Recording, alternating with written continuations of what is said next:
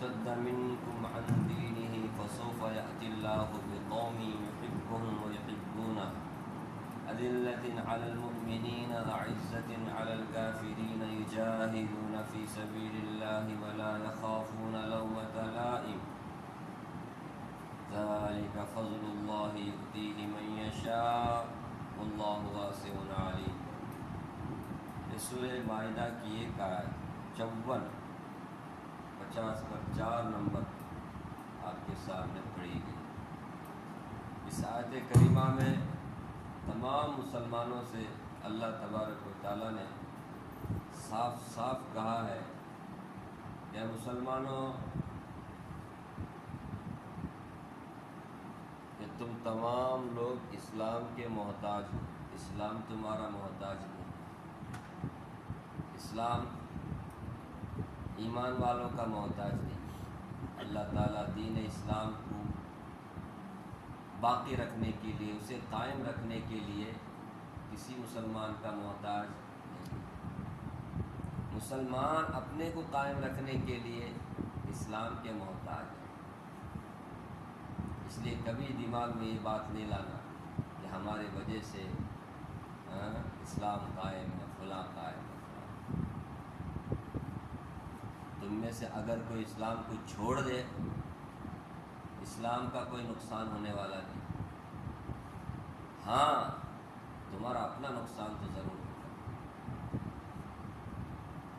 تم اسلام کو چھوڑ دو گے تو اللہ تبارک و تعالیٰ ایسی قوم کو اللہ تعالیٰ لائیں گے جو دین کی حفاظت کریں گے، دین کو باقی رکھیں گے، اور جو دین میں دراڑ پیدا کرنے، دین میں فتنے پیدا کرنے، دین کو خراب کرنے کی کوشش کریں گے، ان لوگوں کا ڈٹ کر کے مقابلہ کریں گے۔ اور ان کے کچھ اوصاف بھی اللہ نے بیان کیے۔ وہ ایسی قوم ہوگی، ایسی جماعت ہوگی جسے اللہ تعالیٰ دین کی حفاظت کے لیے کھڑا کریں گے، جو اللہ سے محبت کریں گے اور اللہ ان سے محبت کریں گے، اور اللہ کے راستے میں جہاد اللہ کے لیے کریں گے، اور کسی ملامت کرنے والے کی ملامت کا، تانا دینے والے کے تانوں کا ذرہ برابر بھی اسے ڈریں گے، اس سے ڈریں گے۔ کوئی برائی کرنے والا برائی کرے اس سے بھی ڈریں گے، کیونکہ وہ اللہ تعالیٰ سے بے حد محبت کرنے والے، اللہ کے رسول کے حکم کو ہمیشہ اوپر رکھنے والے، مقدم رکھنے والے ہوں گے۔ ایسی جماعت ہوگی وہ جس جماعت کا اللہ تبارک و تعالیٰ دین کی حفاظت کے لیے کیا کریں گے؟ کھڑا کریں گے۔ فرمایا یا ایھا الذین آمنوا، اے ایمان والو، من یرتد منکم عن دینی، تم میں سے جو کوئی اپنے دین سے پھر جائے، مرتد ہو جائے، اسلام کو چھوڑ جائے، فسوف یأتی اللہ بقوم، اللہ تبارک و تعالی ایسی قوم کو لائیں گے، یحبہم، جن سے اللہ محبت کریں گے، ویحبونہ، اور وہ اللہ سے بے حد محبت کریں گے۔ دونوں طرف سے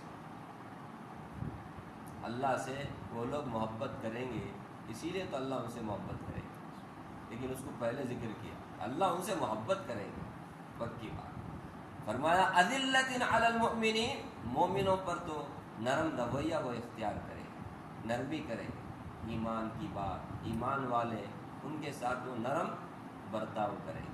عزت علی الکافرین، لیکن جو لوگ کفر کریں گے، کفر کو پھیلائیں گے، اسلام کے مقابلے میں کفر کو غلبہ دینے کی کوشش کریں گے، ایسے لوگوں پر بڑے سخت ہوں گے۔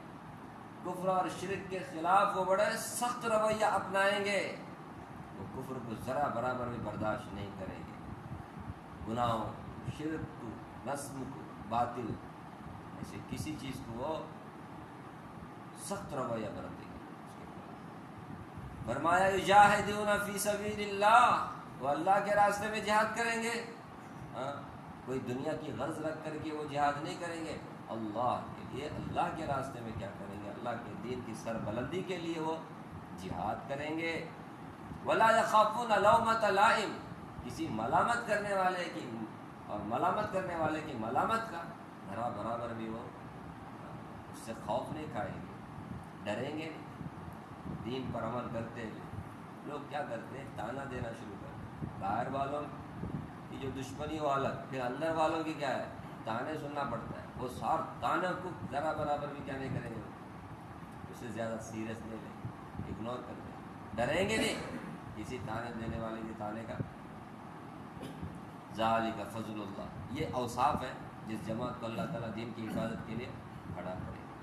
اللہ بھی ان سے محبت کریں گے, وہ اللہ سے محبت کریں گے, اللہ کے راستے میں وہ جہاد کریں گے, کسی ملامت کرنے والے ملامت کا وہ خوف نہیں کھائیں گے, اور اسی طرح مسلمانوں کے ساتھ نرم رویہ برتیں گے, کافروں کے مقابلے میں بڑا سخت رویہ برتیں گے. فرمایا ذالک فضل اللہ یؤتیہ من یشاء, یہ اللہ کا فضل ہے جس کو اللہ چاہتے ہیں عطا کرتے ہیں. اللہ کا فضل مال و دولت نہیں, دین کی سمجھ ہے. دین کی سمجھ جسے ہوتی ہے نا, ان کے اندر یہ اوصاف ہوتے ہیں, دین کے لیے کچھ کرنے کا جذبہ. فرمایا ذالک فضل اللہ, یہ اللہ کا فضل ہے, یؤتیہ من یشاء, جس کو چاہتے اللہ تعالیٰ عطا کرتے ہیں. واللہ واسع علیم, اللہ بڑے وسعت والے ہیں, بہت جاننے والے ہیں, سب کو جانتا ہے اس کے اندر کیا جذبہ ہے.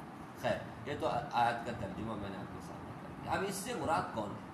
اکثر مفسرین نے کہا ہے اس میں اللہ نے پیشن گوئی دی ہے. پیشن گوئی, آئندہ آنے والے حالات سے مسلمانوں کو کیا کر دیا ہے, پہلے ہی باخبر کر دیا ہے, اور ساتھ ہی ساتھ اس جماعت کو بھی خوشخبری سنا دی ہے جس جماعت کو اللہ تبارک و تعالیٰ ایسے مرتدین کے مقابلے کے لیے کیا کرے, کھڑا کرے. رسول اللہ صلی اللہ علیہ وسلم کے زمانے تک, یعنی آپ کے وفات تک, کچھ افراد مرتد ہوئے تھے, قبیلے کے قبیلے, جماعت کے جماعت, گروہ در گروہ, کوئی بھی مرتد نہیں ہوا تھا. لیکن آپ صلی اللہ علیہ وسلم کے زمانے ہی میں, یعنی آپ کے مرض الوفات میں ہی فتنہ, یہ ارتداد کا فتنے کے جراثیم کیا ہونے لگے, پیدا ہونے لگے. سوچو, مسیلمہ قذاب رسول اللہ صلی اللہ علیہ وسلم کے مرض الوفات میں, آپ ابھی باحیات ہیں, اسی ٹائم پہ اس نے رسول اللہ صلی اللہ علیہ وسلم کے ساتھ پیغمبری کا دعویٰ کیا کہ میں بھی ان کے ساتھ کیا ہوں, پیغمبری میں شریک, پارٹنر ہوں, جیسے وہ نبی ہے میں بھی نبی. رسول اللہ صلی اللہ علیہ وسلم نے اس کو سمجھانے کے لیے قاصد بھیجے, تو اس نے کیا کیا, اس نے کہا کہ قاصدوں کو مارا نہیں جاتا, ورنہ میں مار دیتا تم لوگوں. قاصد جن کو بات چیت کرنے کے لیے امبیسڈر بھیجا جاتا ہے, ان کو مارا نہیں جاتا, وہ چاہے کتنے بھی دشمن حکومت کی طرف سے آیا ہوا ہو, اس کو مارنے کا, اگر وہ اس طرح نہیں مارا جاتا میں تم لوگوں کو مار دیتا. اس طرح اس نے کیا کیا, جرت کی, اس طرح کی باتیں. آپ صلی اللہ علیہ وسلم ابھی اس کے مقابلے کے لیے, فوج کشی کے لیے آپ مرض الوفات میں, آپ بھیجیں نہیں, آپ صلی اللہ علیہ وسلم کی وفات ہو, سمجھے. پھر اس کے بعد یمن کے ایک قبیلے میں اسود انسی, اس نے بھی کیا کیا, نبوت کا دعویٰ کیا. اسی طرح قبیلے بنو اسد, طلحہ بن خویلد, اس نے بھی کیا کیا, اللہ اکبر, جیسے رسول اللہ صلی اللہ علیہ وسلم کی وفات ہوئی, وہ جو فتنہ جو جراثیم کی شکل میں تھا, اس کا ایک دم فتنہ اتنا پھوٹ پڑا کہ قبیلے کے قبیلے مرتد ہو گئے. سوچو, مفسرین نے لکھا ہے بس 3 مسجدیں باقی رہ گئی, مسجد حرام, مسجد نبوی, اور ایک اس مسجد کا نام لیا ہے, باقی سب جگہ فتنہ پھیل گیا تھا. اور فتنے بھی 2 طرح کے ارتداد کے, ایک تو دین سے ہی پھر گئے, اور دوسرے لوگ دین سے پھرے نہیں لیکن زکوٰۃ کا انکار کرنے لگے. کچھ لوگوں نے تو زکوٰۃ کا انکار کیا, اور کچھ لوگوں نے زکوٰۃ کا انکار نہیں کیا, لیکن زکوٰۃ کو بیت المال میں جمع کرنے سے انکار کر دیا کہ نہیں, ہم نہیں بیت المال میں نہیں دیں گے. اس طرح کا فتنہ اللہ تعالیٰ نے اس ٹائم پہ حضرت ابوبکر صدیق رضی اللہ تعالیٰ عنہ کو یہ توفیق دی کہ ان کے قیادت میں, وہ بھی کیا ہے, اکثر صحابہ اکرام رضوان اللہ علیہم اجمعین, انہوں نے اس ٹائم پہ ان مرتدین کے خلاف جہاد کرنے سے تھوڑا سا تردد میں تھے. ابھی تو آپ صلی اللہ علیہ وسلم کی وفات ہوئی, اگر ہم لوگ مسلمان ہی آپس میں ایک دوسرے سے لڑیں گے تو باہر کی جو دشمن ہیں ہمارے, ان لوگوں کو تو موقع مل جائے گا, پھٹ سے وہ لوگ کیا کریں گے, ہمارا مقابلہ کرنے کے لیے دوڑ پڑیں گے. ایسے ٹائم پہ مرتدین کے خلاف میں جہاد کرنے سے تھوڑا سا رکنا چاہیے. اکثر حضرت ابوبکر صدیق رضی اللہ عنہ بولے میں اکیلا کھڑا ہو جاؤں گا, چنانچہ گھوڑے پہ سوار ہو کر کے نکل گئے، واز نصیحت کر کے، لے صاحب تمام صحابہ آپ کے پیچھے چلے۔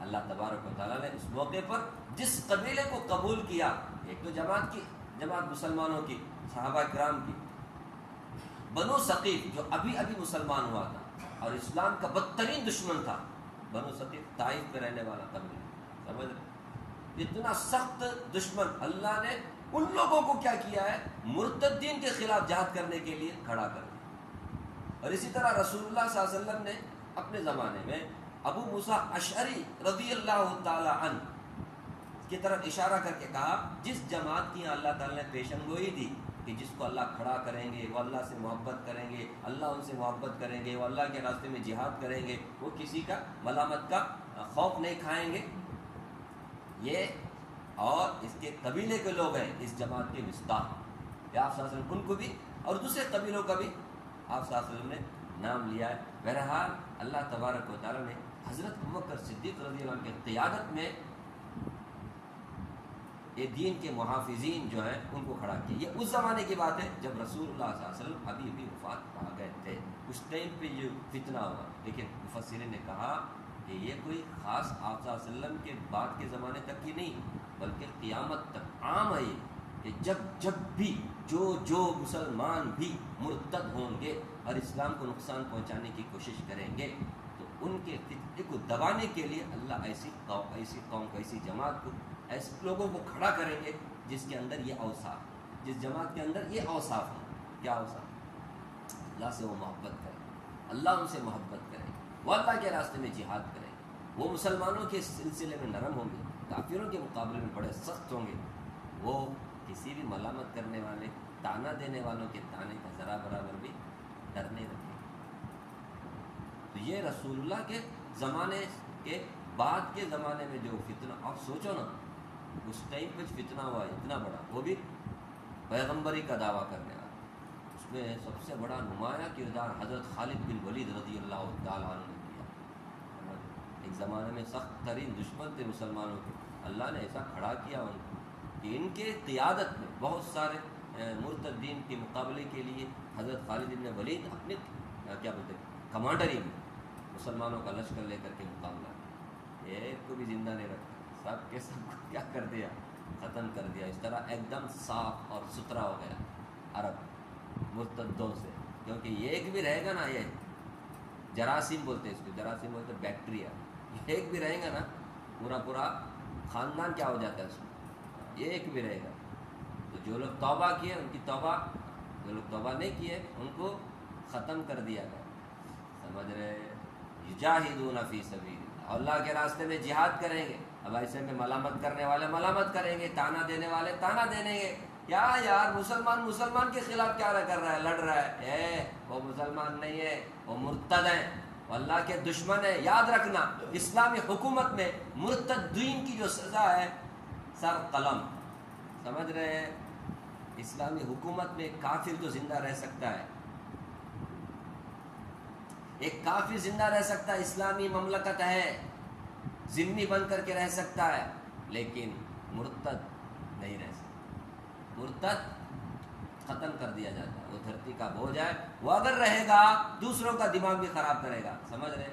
آج بھی جو لوگ مرتد ہوتے ہیں، دیکھو ادھر قادیانی مسلمان ہے کہ نہیں، اس کو مسلمان سمجھتے کہ نہیں، غیر مسلم، جبکہ اسلام میں وہ مسلمان نہیں ہے، سمجھ رہے؟ اللہ کی نظر میں وہ مسلمان نہیں، کیونکہ وہ غلام محمد قادیانی نبوت کا دعویٰ کرنے والوں کو مانتے، نبوت کا دعویٰ کرنے والے کے فالوورس ہیں، سمجھ رہے؟ اسی لیے امریکہ، یہودی، یہ سب ان کو سپورٹ کرتے ہیں۔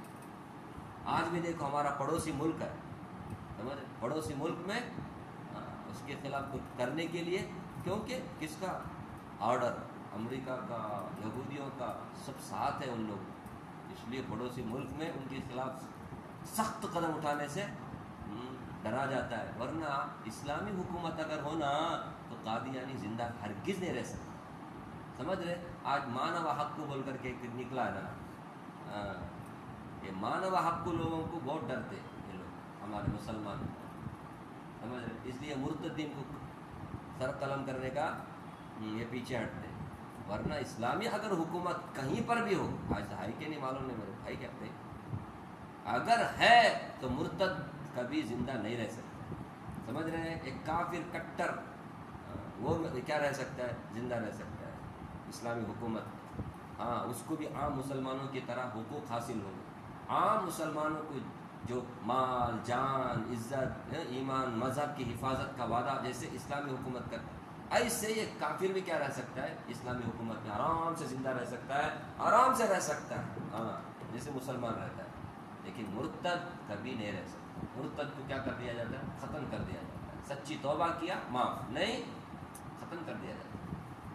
تو حضرت ابوبکر صدیق رضی اللہ تعالیٰ عنہ کی قیادت میں یہ جماعت جس کی خوشخبری اللہ نے یہاں پر دی، پیشن گوئی کی، وہ جماعت سے مراد تھی جس کے امیر حضرت ابوبکر صدیق رضی اللہ عنہ۔ حضرت ابوبکر صدیق رضی اللہ عنہ نے اس ٹائم پہ ایک جملہ کہا تھا، تاریخی جملہ، جب تمام صحابہ اکثر صحابہ تھوڑا تردد کر رہے تھے جہاد کرنے سے، کیونکہ دکھنے میں کیا ہے غیر مسلموں کے نظر میں مسلمان کے خلاف لڑے جیسا لگتا ہے نا جی، وہ برابر نہیں لگتا ہے، تو اس کے لیے تھوڑا سا تردد کر رہے تھے۔ حضرت ابوبکر صدیق رضی اللہ عنہ نے کہا اینقص الدین وانا حی، میرے زندہ رہتے ہوئے دین میں کوئی کمی آئے میں اسے برداشت نہیں کر سکتا۔ جس دین کو ہمارے نبی صلی اللہ علیہ وسلم نے اتنا کامل طریقے سے ہم تک پہنچایا، اس دین میں یہ لوگ دراڑ، اس دین میں خرابی پیدا کر رہے ہیں، اس میں کمی پیدا کر رہے ہیں، کوئی تو دین کو چھوڑ رہا ہے، اور میرے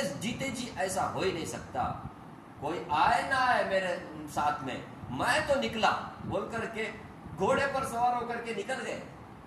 پھر جذبہ دیکھو، حضرت عائشہ رضی اللہ عنہ فرماتی ہیں جو دکھ، جو درد، جو ٹینشن، جو پریشانی حضرت ابوبکر رضی اللہ عنہ کو رسول اللہ صلی اللہ علیہ وسلم کے وفات کے بعد آئی، نہ کبھی بھی یا برداشت کرنے کے اللہ نے کو صلاحیت دی، طاقت دی، ورنہ سوچو نا اتنی بڑی ذمہ داری، کیا معمولی بات ہے اتنی بڑی ذمہ داری کو نبھانا، کہ مرتدین کا مقابلہ کرنا اور اس طرح اسلامی مملکت کو صاف کرنا، پاک کرنا، بہت بڑی ذمہ داری تھی۔ اسی لیے تو حضرت ابوبکر کو اتنا بڑا مقام اللہ کے رسول صلی اللہ علیہ وسلم نے اللہ نے دیا کہ تمام انبیاء کے بعد سب سے بڑا مقام اگر کسی کا ہے تو ابوبکر صدیق کا ہے، یہ چھوٹا موٹا صحابی نہیں ہے، ایسا جگر والا، ایسی ہمت والا صحابی جو ایسے ٹائم پہ جب اکثر صحابہ تردد کر رہے تھے ہمت سے کھڑے ہو گئے۔ سوچو میرے بھائی، آج کل ہم کیا کرتے ہیں، کوئی ساتھ میں نہیں ہے تو چھوڑ دیتے، نہیں کوئی بھی کام آپ کرنے کے لیے آگے بڑھے تھے، کوئی بھی ساتھ دینے والا نہیں، انہیں بھی بیٹھ جاتا ہے، کون؟ امیر، جسے صدر بنایا پریزیڈنٹ ہونے بھی بیٹھ جاتا ہے، ارے کوئی ساتھ دے نہ دے میرا اللہ میرے کو ساتھ دے گا بول کر کے آگے بڑھنے والے، ایسے ہمت والے جگر والے بہت کم ہوتے ہیں، کیا بولتے ہیں؟ حضرت ابوبکر رضی اللہ عنہ نے کھڑا کیا۔ تو جن کو اللہ تعالیٰ دین کی حفاظت کے لیے کھڑا کریں گے، ان کے جو اوصاف یہاں پر بیان کیے ہیں، ہم میں سے ہر ایک کو ان اوصاف کا حامل ہونا چاہیے، تاکہ ہمارے وجہ سے کسی کا نقصان نہ ہو، ہمارے وجہ سے دین کی حفاظت ہو، سمجھ رہے ہیں؟ مومنوں کے سلسلے میں نرم رویہ رہنا، کافروں کے سلسلے میں اب الٹا، مومنوں کے ساتھ ہم سخت رویہ، کافروں کے ساتھ نرم رویہ رہنا ہے نا ہمارے کو انڈیا میں بول کر کے سوہاردتا کے نام پر ایمان کا سودا کرنے کے لیے بھی تیار ہو جاتے ہیں۔ کیسے لوگ ہیں یار، یہ تو مرتد ہونا ہے، سمجھ رہے؟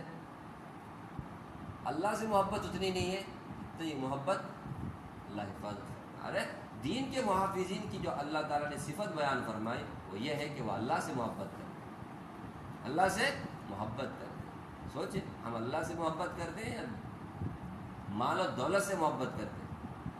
ہاں؟ اللہ سے محبت کرنے والا کبھی کیا نہیں کرتا؟ اللہ کے حکم کے مقابلے میں کسی کو ترجیح نہیں دیتا، اللہ کی محبت ہے تو سب کچھ چھوڑنے کے لیے تیار ہو جاتا ہے، سب کچھ چھوڑنے کے لیے تیار۔ یہ کہ وصف کو ہم سامنے رکھ کر کے اپنے آپ کو پرکھیں، ہمارے اندر اوصاف ہے یا نہیں۔ میں اللہ سے محبت کرتا ہوں؟ نہیں کرتا ہوں، میں کرتا ہوں تو ہی نہ اللہ بھی محبت کریں گے۔ دیکھ، اللہ کے راستے میں جہاد کرنے کا اگر موقع ہے، ہیلے بہانے کریں گے یا پھر پٹ سے نکلیں گے؟ دیکھیں ملامت کرنے والے، تانا دینے والے، تانوں کا خیال رکھتے ہیں یا اسے اگنور کر کے آگے بڑھتے ہیں؟ ایک داڑھی رکھو، ایک ٹوپی پہنو، ایک جبہ پہنو، ادھر ادھر جانے کی ضرورت نہیں، خالی اتنا آپ شکل بدل دو اپنے ذرا، انگریزوں جیسا شکل نہیں، ایک مسلمان جیسا۔ کتنا تانا سننا پڑتا ہے، کیا حنیف بھائی کیا رہے تو ابھی اتنا جلدی داڑھی رکھنے کی کیا ضرورت ہے، تو بڈھا ہوگی، تو مرنے کے نزدیک ہوگی، مرنے کے نزدیک کیا کرنا سو بدلنا سو، سمجھ رہے؟ جوانی میں خود ماں باپ کیا کرتے ہیں، بچوں کو تانا دیتے ہیں، بھائی بہن تانا دیتے ہیں۔ نہیں، اسلام پر اگر آپ چلنا چاہیں پورے طور پہ، تانے کس کے سننے پڑتے ہیں؟ باہر والوں کے نہیں، تانے تو خود اپنے اندر والوں کے ہی سننے پڑتے ہیں۔ کبھی کبھی تو بیوی کا تانا سننا پڑتا ہے، ان کی شادی ایسی ہوئی تھی، ان کی شادی ایسی ہوئی تھی، تمہیں کیسا شادی کرے سو، ہمیں اتنے لوگوں کا کھائے، ہمیں کئی کو کھلائے نہیں، ہمیں بھی کھلانا، سمجھ رہے؟ تمہیں کیا ایسا کرے سو، چھوٹے ٹمنے نمے میں کرے سو ایسا۔ کس کس کے تانے سننے پڑتے میرے بھائی؟ تانے سننے کا ذرا برابر بھی ڈر نہیں رہنا چاہیے۔ کس کا ڈر ہے؟ جس کو اللہ کا ڈر ہے، قیامت کا ڈر ہے، وہ کبھی کسی کے بھی تانے کو کیا نہیں کرتا، اسے مولوج نہیں دیتا، کوئی قیمت نہیں دیتا۔ ولا یخافون لومۃ لائم، ملامت کرنے والے کی ملامت کا ذرا برابر بھی ان کو ڈر نہیں رہتا، سمجھ رہے؟ اس پر بھی ذرا غور کریں۔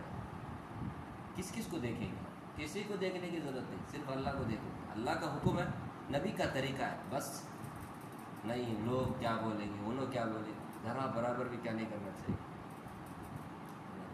جو اللہ کو خوش کرتا ہے نا، اللہ سب کو خوش کرتے کہتے ہیں، لیکن سب کو خوش کرنے کے نتیجے کے چکر میں اللہ کو ناخوش کریں گے نا، تو اللہ تو ناخوش ہوا چھے، کل کے دن یہ لوگ بھی کیا ہو جائیں گے، ناخوش ہوں گے۔ اس سے اچھا ہے اللہ کو خوش کر کے کیا کرے، آدمی آگے بڑھے۔ باقی سب کو اللہ تبارک و تعالیٰ آگے خوش کر دیں گے، خاص کر کے شادی بیاہ کے موقع پہ کیا کتنے خرافات کرتے، کتنے خرافات، کتنے سارے رسم لے کے آئے، یا اللہ۔ ابھی کل ایک دیکھا، بولنے بھی شرم آئی، تو مسلمان ہاتھ ایسے کہاں سے مانو، یہی یہاں سے کیرلا سے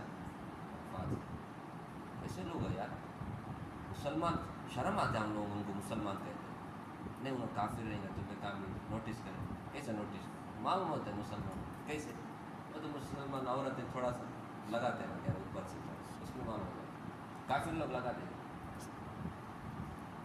نہیں، بہت زیادہ خرچ کرتے ہیں،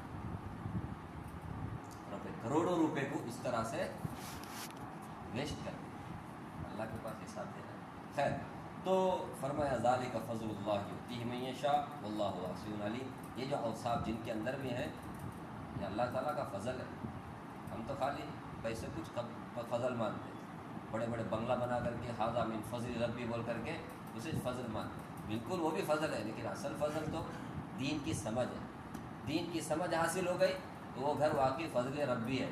اگر اس گھر میں دین داری نہیں ہے تو پھر وہ فضل ربی نہیں ہے، کیا وہ گھر میں دین ہو تب جا کر کے ھذا من فضل ربی لکھے تو ٹھیک ہے۔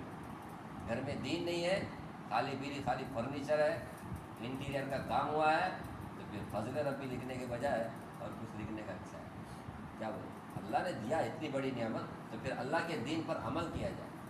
اللہ مجھے بھی آپ کو بھی اللہ کے دین پر عمل کرنے کی توفیق اور طاقت عطا فرمائے، اور ہم سب کو اللہ تعالیٰ مرتد ہونے سے بچائے، اور دین کے محافظین کی جو اوصاف اللہ نے بیان فرمائے اس کا ہم سب کو اللہ مصداق بنائے، آمین یا رب العالمین۔